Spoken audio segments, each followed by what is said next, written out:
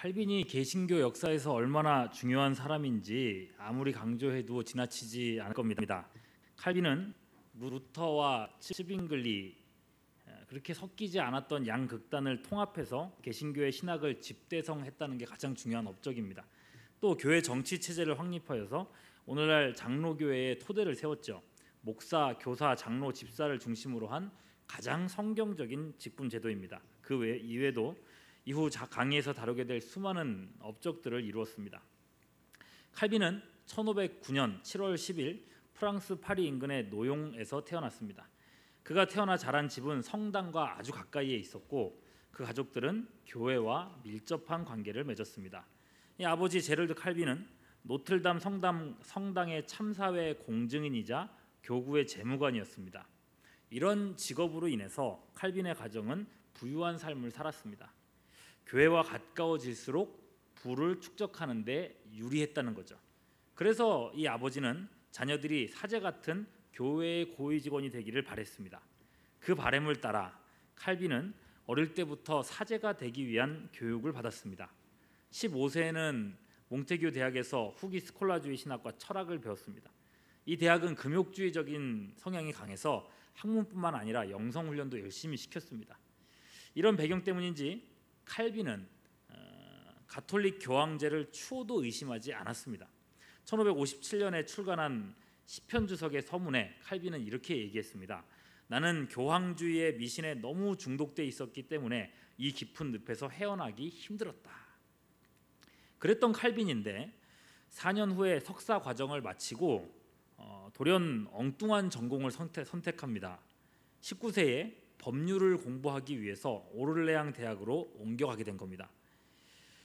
이 어느 날 칼빈의 아버지가 성당 주교와 심하게 싸웠는데 어이없게 파문을 당하고 만 겁니다. 이렇게 되자 아버지는 자기 아들에게 야, 너는 성직자가 되기보다는 명예와 재산을 얻기 좋은 법률가가 되라 라고 얘기한 겁니다. 칼빈의 성품을 보면요, 아버지의 말씀에는 노가 없습니다. 육신의 아버지에게도 그렇고 후에 보시면 하나님 아버지에게도 그렇습니다. 아버지가 원하시는구나 싶으면 군말 없이 순종합니다. 이런 면이 칼빈의 신학에도 고스란히 담겨 있습니다. 하나님의 작정과 예정을 얘기할 때에 사람들은 그러죠. 하나님이 예정해 놓으셨다, 구원받을 사람 택해 놓으셨다 그러면은 아니 그럼 불택자는 어떻게 됩니까? 그럼 하나님이 악의 조성자입니까? 이런 질문들을 하는데 칼빈한테는 그게 조금도 이상하지가 않았다는 겁니다. 아니 그게 하나님의 기뻐하시는 뜻이었다. 그럼 끝이에요. 그렇더라도 하나님은 죄와 상관없으시다. 성경이 그렇게 얘기했다. 그러니까 오직 하나님의 영광, 하나님의 말씀대로, 그것이 칼빈의 신학의 본질이었다는 거예요. 칼빈은 아버지의 뜻을 순순히 따라가서 법학으로 전공을 바꿨습니다. 오를레앙 대학에 가서도 공부를 얼마나 열심히 했는지 칼빈의 동기들은 그를 학생으로 보기보다는 교수로 여길 정도였다고 했습니다. 그 성실함과 탁월한 실력으로 24살에 법학 박사학위를 땁니다. 동시에 신학 훈련도 게을리하지 않아서 올리베탄이라고 하는 인문주의자 선생에게 큰 영향을 받는데요. 그는 성경을 프랑스어로 번역한 사람이었습니다. 올리베탄은 기독교의 참 모습은 성경에서 찾아야 한다고 가르쳤습니다. 또 루터파의 영향을 받은 볼마르라는 사람은 칼빈에게 히브리어와 헬라어를 가르쳤고요. 성경 원전에 대한 지적 열정으로 이끌어줬습니다. 아마 그런 과정에 주님 하나님 예수 그리스도를 만난 것 같습니다. 앞서 말씀드린 시편 주석 서문에서 자신의 회심을 이렇게 설명합니다. 하나님께서 예기치 못한 회심으로 오랫동안 완악했던 마음을 온순하게 길들이셨다. 어느 순간 예수님을 만났다는 거예요. 그리고 그의 삶의 방향은 완전히 바뀌었습니다. 1533년 법학 박사학위를 받았던 그 해에 칼빈의 친구 니콜라스 콥이 파리 대학의 학장으로 취임했습니다. 그런데 콥은 그 취임식에 연설을 할 때에 루터를 인용해서 종교개혁 운동을 동조하고 복음주의 신앙을 강하게 천명한 겁니다. 이 연설문에 어떤 방식으로든지 칼빈이 영향을 미친 겁니다. 그 연설문을 듣고 학교가 발칵 뒤집어졌습니다. 결국 니콜라스 콥과 칼빈은 더 이상 프랑스에 남아있지 못하게 돼서 바젤로 도망가게 됩니다. 그리고 바젤에 있는 동안에 개혁주의 최고의 저자이자 신학의 고전으로 불리는 기독교 강요를 단 1년 만에 집필합니다. 그 책을 출판했을 때 나이가 겨우 26이었다고 합니다. 칼빈은 이 책을 통해서 이 혼란의 시대에 교회의 바른 신앙을 명백하게 드러내고자 했습니다. 칼빈 이전까지의 개혁자들은 자신한테 당면한 문제들과만 씨름했기 때문에 아직까지는 기독교 신앙을 집대성한 책은 전무한 상황이었습니다. 루터는 여전히 이신칭이 체계 안에 갇혀서 신앙 전체로 이것을 발전시키지 못했고, 츠빙글리 역시도 민족주의적 교회론에 머물러 있을 뿐이었습니다. 그런 중에 드디어 개혁 신학 전반을 아우르는 책이 나와준 겁니다. 종교 개혁이라고 하는 복잡한 기계를 다룰 수 있는 명료한 사용 설명서가 나와준 겁니다. 기독교 강요는 출판되자마자 커다란 반향을 불러일으켰습니다. 이 책의 초판은 9개월 만에 매진되었고 즉시 2판을 출판해야 했습니다. 이제 칼빈의 사명은 분명해졌습니다. 학문 연구와 저술 활동을 통해서 내가 개혁 활동을 뒤에서 지원해야지. 자, 그리고 그 일을 할 수 있는 곳이 스트라스부르크였습니다. 스트라스부르크는 개혁자들에게 의의 피난처라 불릴 정도로 종교적 관용 정책을 쓰던 곳이었습니다. 출판을 한 후에 신변 정리를 위해서 프랑스 고향에 방문합니다. 이곳에서 재산을 처분하고 이복 여동생과 함께 스트라스부르크로 출발했습니다. 그런데 이게 웬일입니까? 스트라스부르크로 가는 길목이 하필이면 전쟁으로 인해서 봉쇄되어 버린 것입니다. 어쩔 수 없이 칼빈은 우회길로 택해서 제네바로 가서 그곳에서 하룻밤 머무르고 스트라스부르크로 가기로 했습니다. 그리하여 제네바와 칼빈의 역사적인 만남이 이루어졌습니다. 자, 제네바는 인구 17,000명의 중소 도시였고요. 프랑스와 이탈리아 사이의 교역으로 엄청난 부를 거머쥐고 있었습니다. 이곳 사람들은 쾌락과 향락 문화에 빠져 있었습니다.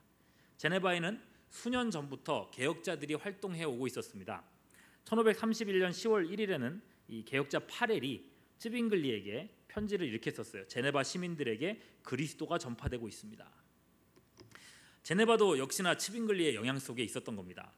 파렐은 성 피에르 성당의 설교자가 됐고 성당에서 성상과 우상을 파괴했습니다. 그리고 파렐의 영향력 아래서 1536년 5월 21일에 제네바 총회는 종교 개혁을 따르기로 만장일치로 인준합니다. 한 사람의 열정과 도전으로 여기까지 이른 일이었습니다. 그런데 이후가 더 큰 문제였어요. 신앙 고백서도 작성해야 되고 요리 문답도 써야 되고 예배 형식도 확립해야 되고 신앙 교육과 훈련을 해야 되고 교회 조직을 해야 되는데 그 많은 일들을 혼자서 감당할 수가 없었던 겁니다. 그리고 이 도시의 이 무질서와 방탕의 문제도 해결을 해야 됐죠. 성공적으로 개혁을 하기 위해서는 누군가의 도움이 절실히 필요했습니다. 특히나 조직력을 갖춘 학자적인 인물이 꼭 필요했습니다. 바로 칼빈 같은 인물입니다. 칼빈이 제네바에 도착한 때가 바로 그때였다는 겁니다. 칼빈은 1536년 7월에 제네바에 도착했습니다. 이는 제네바가 종교개혁을 인준한 지 딱 2달 되는 때였습니다. 칼빈은 제네바에서 그저 하루만 묵고 스트라스부르크로 갈 예정이었습니다. 그런데 칼빈이 제네바에서 묵는다는 소식이 파렐의 귀에 들린 겁니다. 그 기독교 강요의 저자가 여기에 있다. 그 소식에 파렐은 당장 칼빈에게 달려갔습니다. 그리고 제네바 개혁운동에 동참해달라고 권했습니다. 끈질기게 설득을 해도 칼빈은 학문 연구에만 진력하겠다고 딱 잘라 거절합니다. 급기야 파렐은 칼빈에게 무서운 저주를 내뱉습니다. 당신이 만일 나의 이 절박한 도움을 거절한다면 당신이 학문 속에서 찾는 평안에 하나님께서 저주하시기를 원하노라. 그 말에 칼빈은 심한 충격을 받았습니다. 파렐의 목소리가 마치 하나님 아버지의 음성처럼 들렸습니다. 후일 1557년에 쓴 시편 주석 서문에서 이때의 감정을 이렇게 얘기합니다. 마치 하나님의 강한 손이 나를 붙들기 위하여 하늘로부터 나에게 내려와 계신 것만 같았다. 하나님 아버지의 음성인데 어떻게 합니까? 순종해야죠. 칼빈은 27살의 나이로 제네바에 정착하게 되었습니다. 여러분, 이 타이밍을 한번 생각해 보시죠. 칼빈이 가는 길에 전쟁이 나서 우연히 제네바를 지나가게 되었고 마침 제네바에는 칼빈과 같은 개혁자를 필요로 하고 있었다는 것입니다. 사역자가 준비되어 있다면 하나님은 얼마든지 합력하여 선을 이루어 가신다는 것입니다. 자, 이제 이들의 강면한 과제는 이 향락의 도시에 신앙의 질서를 세우는 것이었습니다. 그래서 1537년 1월에 제네바 교회 조직과 예배에 관한 조례라고 하는 문서를 의회에 제출합니다. 여기에는 크게 두 가지 내용이 담겨 있었는데요. 하나는 매 주일마다 성찬식을 시행해야 된다는 거였고요. 또 하나는 엄격하게 7일을 시행해야 된다는 것이었습니다. 성찬이 합당하게 시행되는 전제에 수찬금지와 같은 7일가 엄격하게 적용된다면 성찬과 수찬금지죠, 그죠? 사람들은 교회의 지도를 따를 수밖에 없을 것이고 그것이 성화의 훈련에 유익할 거라고 판단한 겁니다. 애초에 칼빈이 참된 교회의 표지로 말씀과 성례와 권징을 꼽은 것은 성도를 성도답게 만드는데 가장 필수적인 것이 이 세 가지였기 때문에 그렇습니다.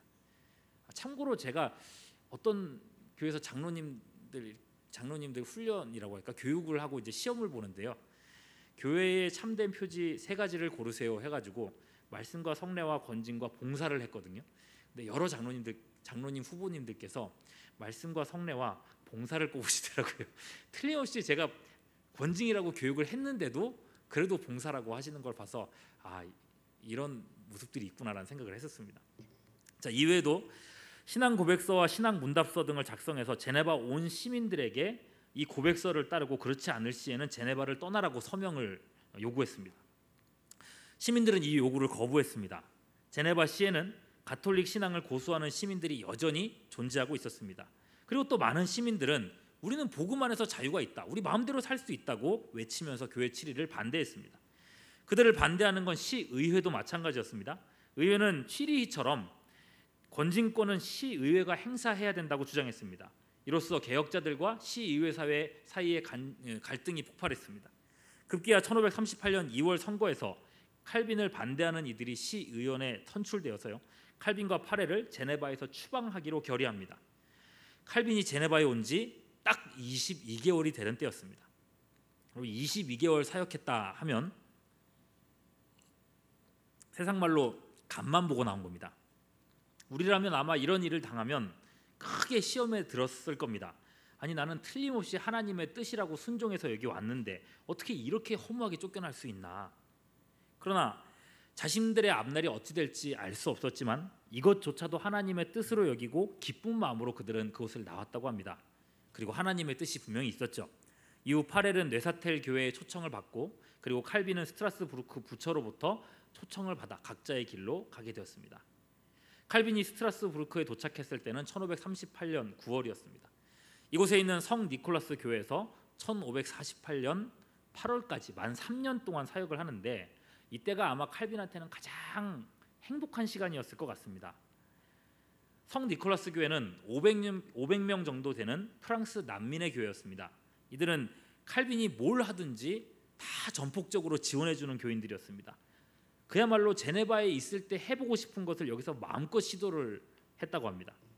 그리고요, 저술 활동도 계속 이어갔는데 특히 스트라스부르크에서 가장 중요한 저서는 사돌레토에 대한 답변이라는 편지입니다. 책입니다. 가톨릭 주교인 자코포 사돌레토는 칼빈과 파렐이 제네바를 떠난 틈을 타서 제네바 시민들에게 로마 가톨릭으로 복귀하라고 하는 강력한 서신을 보냅니다. 그의 주장은 이렇습니다.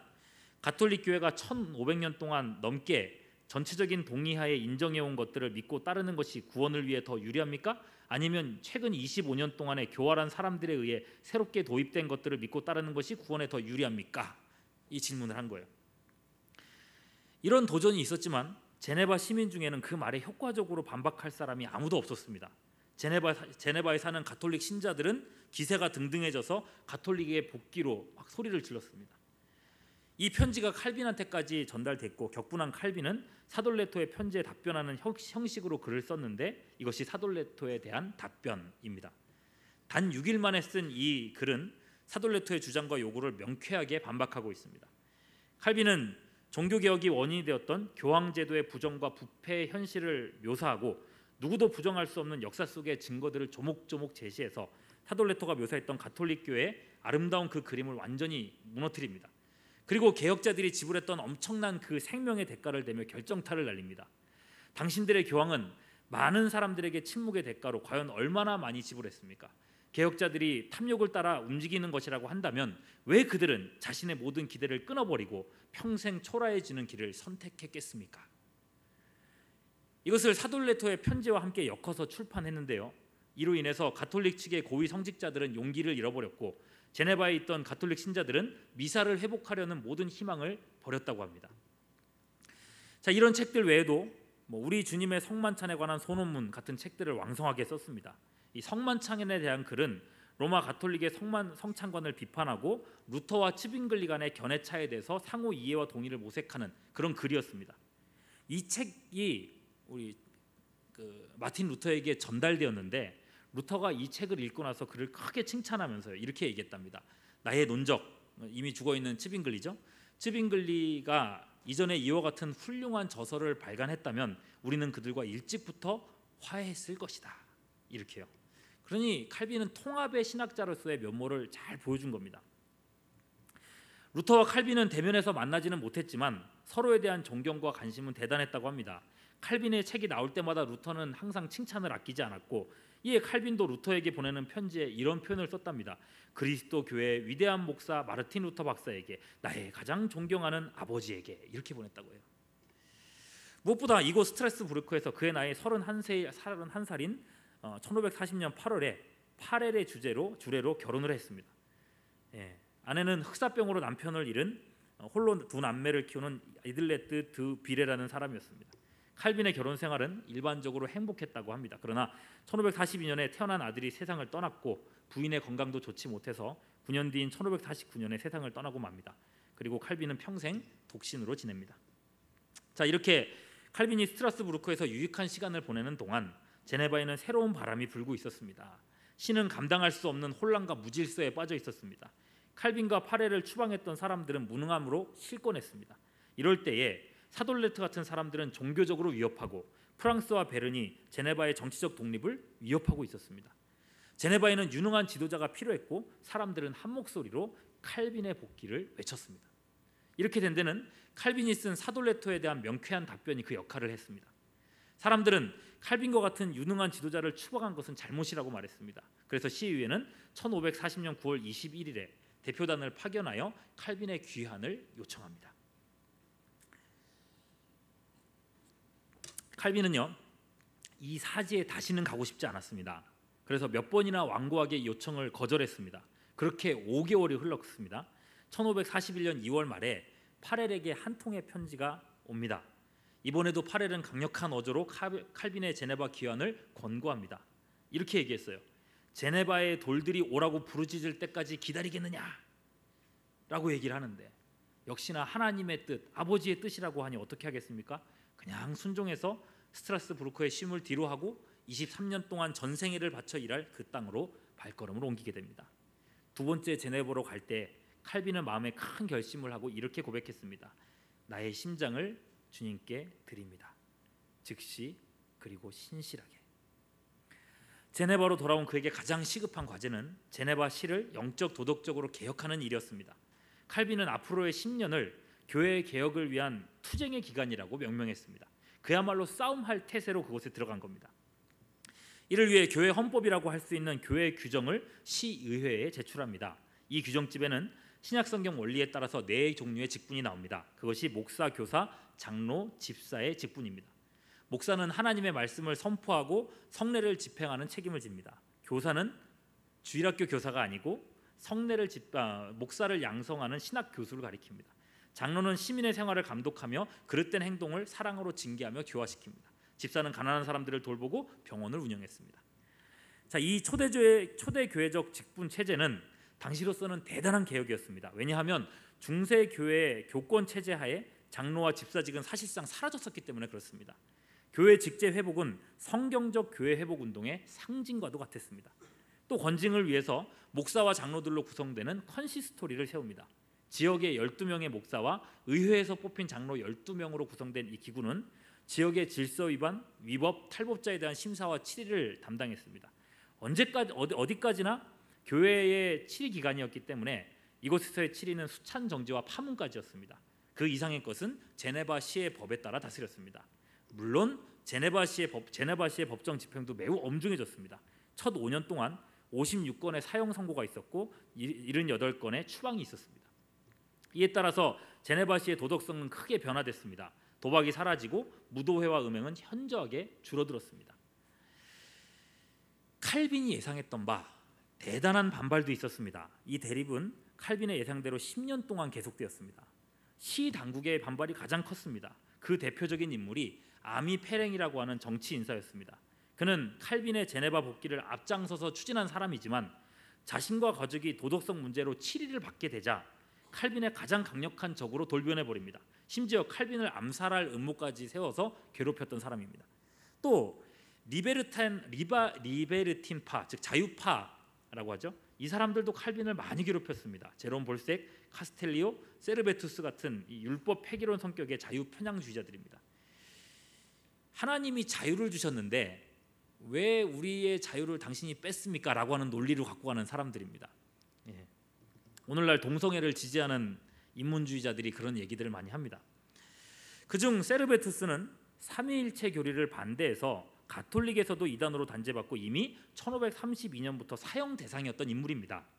그는 가명을 쓰고 바젤과 스트라스부르크로 도망다니면서 21년 동안이나 피해 다녔습니다. 그러면서도 또 책을 출판해서 삼위일체를 이런 표현 써서 죄송해요. 대가리가 세 개인 지옥의 개다 이렇게 악담을 했습니다. 당시로서는 사형당할 만한 말을 한 거예요, 그죠? 1553년 4월 4일에 리옹의 종교재판소에 체포됐다가 3일 후에 탈출했고 걸석 재판에서 사형을 선고받아서 그를 대신해서 만든 인형을 불태웠습니다. 그러니까 그는 어디에서 붙잡혀도 화형은 피할 수 없는 상태였다는 겁니다. 그런데 하필이면 이 세르베투스가 제네바에서 발각되어서 체포된 겁니다. 시 정부는 스위스 다른 주들의 의견을 수렴하여서 1553년 10월 26일 화형을 선고합니다. 이때 칼빈은 아니다, 고통이 덜한 참수형을 하자라고 주장했지만 다음날 화형을 집행해버렸습니다. 이 사건은 당시에도 많은 논란이 됐습니다. 대다수 개혁자들 불링거, 멜랑이톤, 파렐, 베자 같은 사람들은 어쩔 수 없는 일이었다고 말했지만 리베르틴파 사람들은 칼빈을 교리 우선주의자라고 비난했습니다. 그래서 오늘날까지 세르베투스의 일화가 칼빈의 꼬리표처럼 따라오고 있는 겁니다. 사람들은 칼빈이 세르베투스를 죽였다고 말하지만 사실 그렇지 않습니다. 그는 이미 대부분의 지역에서 사형 집행 대상자였습니다. 제네바 의회는 칼빈보다는 다른 지역의 결정에 더 큰 영향을 받았습니다. 더욱이 이 의회는 교회의 권진권에 대해서 여전히 부정적인 입장이었죠. 칼빈이 그 사형권에 큰 영향을 미칠 수가 없었다는 말입니다. 이렇게 정말 힘든 시간을 보냈지만 1555년에는 엄격한 치리와 질서가 확립되어서 개혁교회의 중심지로 변모될 수 있었습니다. 유럽 전역에서 신앙 때문에 박해받는 피난민들이 모여들었습니다. 스코틀랜드의 위대한 개혁자인 존 낙스도 이곳에 이주해왔던 사람 중에 한 사람이었습니다. 낙스는 제네바 시를 사도시대 이래 가장 완전한 그리스도의 학교라고 극찬했습니다. 또 1559년에는 제네바 아카데미를 세웁니다. 데오도 베자가 중심이 돼서 세운 이 학교는 탁월한 교육 환경으로 유럽에서 명성을 얻었습니다. 칼빈은 유럽 전역에 이렇게 편지를 보냈습니다. 당신들은 통나무를 보내주십시오. 그러면 우리는 불붙는 장작을 만들어 보내드리겠습니다. 제네바 아카데미에서 수많은 설교자와 교사들이 배출됐고 이 학교 출신의 젊은이들이 각기 본국으로 돌아가서 개혁신앙을 계승 발전시켰습니다. 그렇게 제네바 아카데미는 유럽 전역에 개혁신앙을 보급하는 근원지가 되었습니다. 자, 이렇게 대단한 일들을 이뤄냈지만 칼빈은 조금도 쉬려하지 않았습니다. 그가 건강하고 힘이 있어서 그랬는가? 아니요, 그 반대였습니다. 그의 나이가 33살 때 이미 시력이 약화되고 있었고 두통과 위장병이 심했고 폐가 좋지 못해서 활동에 제약을 받았습니다. 그야말로 걸어다니는 종합병원이라는 표현이 딱 맞는 그런 약한 사람이었습니다. 그러나 그렇게 약한 강요 가운데서도 자신에게 맡겨진 일들을 마지막까지 감당하려고 했습니다. 설교, 강의, 교수와 또 집필, 상담과 면담으로 바쁜 나날을 매일매일 보냈습니다. 그 바쁜 일정 속에서 기독교 강요를 계속해서 증보해서 1559년에는 기독교 강요 최종판을 출판합니다. 그리고 60여 권의 성경 주석을 출판합니다. 1540년 로마서 주석을 출판하고 51년에 이사야 주석, 57년에 시편과 호세아 주석, 59년에는 이사야 및 소선지서 주석, 61년에는 다니엘서 주석, 63년에는 모세 주석, 예레미야, 에가서 주석을 출판했습니다. 그리고 여호수아 주석은 칼빈의 마지막 주석으로 임종 직전까지 썼다고 합니다. 1564년 2월 6일에는 성 베드로교에서 마지막 설교를 했고 64년 5월 27일 배자의 품 안에서 55년의 생애를 마감했습니다. 그는 마지막까지 맑은 정신으로 시편 39편 9절을 암송했다고 합니다. 내가 잠잠하고 입을 열지 아니하옴은 주께서 이를 행하신 영곤이라. 칼빈의 장례식은 자신의 유언에 따라서 검소하게 치러졌고 어떤 비문이나 묘포도 없이 묻혔습니다. 그리하여 모세처럼 오늘날까지 아무도 그의 무덤을 아는 자가 없도록 하였습니다. 사람에게 무슨 자랑할 것이 있다고 무덤에 업적을 새기겠는가? 단지 높임을 받으셔야 할 분은 하나님뿐이다. 솔리데오 글로리아. 이것이 칼빈의 생애 목표이자 그의 생애를 이끌어간 삶의 철학이었습니다. 오늘날 칼빈의 무덤이고 그의 묘표라고 하는 제2C가 새겨진 무덤에 대해서 말이 많습니다. 저명한 칼빈 연구가인 두메르고는 이것이 관광업자들이 관광 수입을 올리기 위해서 만든 강요일 따름이다라고 얘기를 했습니다. 칼빈의 임종을 곁에서 지켜본 배자는 칼빈 전기에서 이렇게 말했습니다. 나는 칼빈의 생활을 16년 동안 곁에서 지켜보았다. 그는 더 이상 첨가할 수도 또 더 이상 감할 수도 없는 참된 그리스도인이었다. 저는요 강의를 준비하면서 한 가지 답답한 것이 있었습니다. 칼빈의 행적과 그 방대한 저술들에 대해서 이야기를 했는데 정작 칼빈이 어떤 사람이냐라고 물으면 한두 마디로 당전짓기가 어려웠던 겁니다. 예를 들어서요 루터 하면은 뭐가 생각나십니까? 이신칭이죠. 존 낙스 하면 장로교회입니다.